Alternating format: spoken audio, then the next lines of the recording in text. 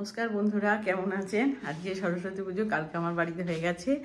আজকে আমি সেজে গুজে যাচ্ছি। আমার অফিস পাড়ায় হচ্ছে সরস্বতী পুজো, সেই জন্য আমি সেজে গুজে এখন বেরোচ্ছি। ছেলের পাশের বাড়ি দাদা বাড়িতে নেমন্তন্ন আছে, আর আমিও সেজে গুজে নিয়ে এখন বেরোচ্ছি আমার অফিসের ওখানে। সরস্বতী পুজোর ওই সুষমাদি আছে, ওদের বাড়িতেও সরস্বতী পুজো হয়, তারা নেমন্তন্ন করেছে, কিন্তু যেতে যেতে অনেকটা দেরি হয়ে গেল, প্রায় 1:30 বেজে গেল। এখন বেরোচ্ছি, তাহলে ওখানে গিয়ে দেখাবো। স্কুটি করে আমি চলে এসেছি। এটা হচ্ছে আমার সাব সেন্টার, মানে যে ক্লাবে হয় সেই ক্লাবের ঠাকুর। কত বড় ঠাকুরটা হয়েছে, আর মানে সত্যি সুন্দর হয়েছে। আর আমার জন্য অনুশ্রীদি দাঁড়িয়ে, ঠাকুরটা এত লম্বা হয়েছে, মানে সত্যিই দেখতেও তো সত্যিই সুন্দর হয়েছে।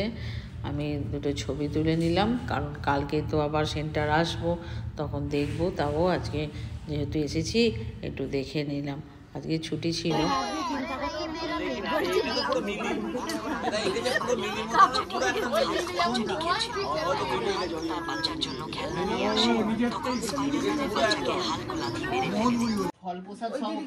এখন সুষমাদির বাড়িতে আমরা বসে আছি, সুষমাদি একটু প্রসাদ দিচ্ছে, খাচ্ছি। বাবা আমরা যাচ্ছি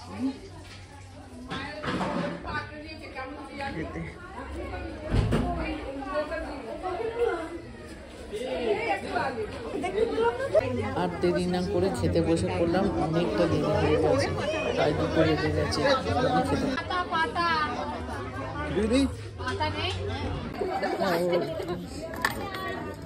আমি নেব, আমি একদম না।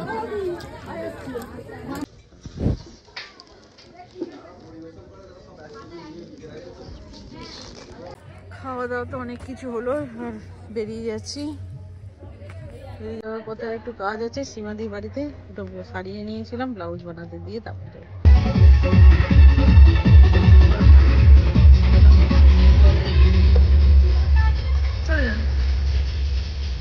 আমি চলে যাব।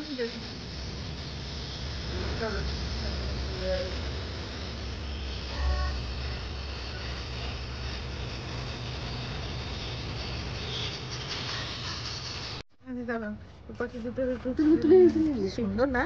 কথা বলে? হ্যাঁ, প্রচুর কথা জানে গো। মা মা মা পাগল করে মারবে দিন রাত। এটা তো চন্দনা। চন্দনা আবার সকালবেলা একটু চা খাবে। অনেক দিনের না? হ্যাঁ, অনেক দিনের পাখি। হ্যাঁ, আজকে তার নাতি হয়েছে, হসপিটালে ভর্তি করলো।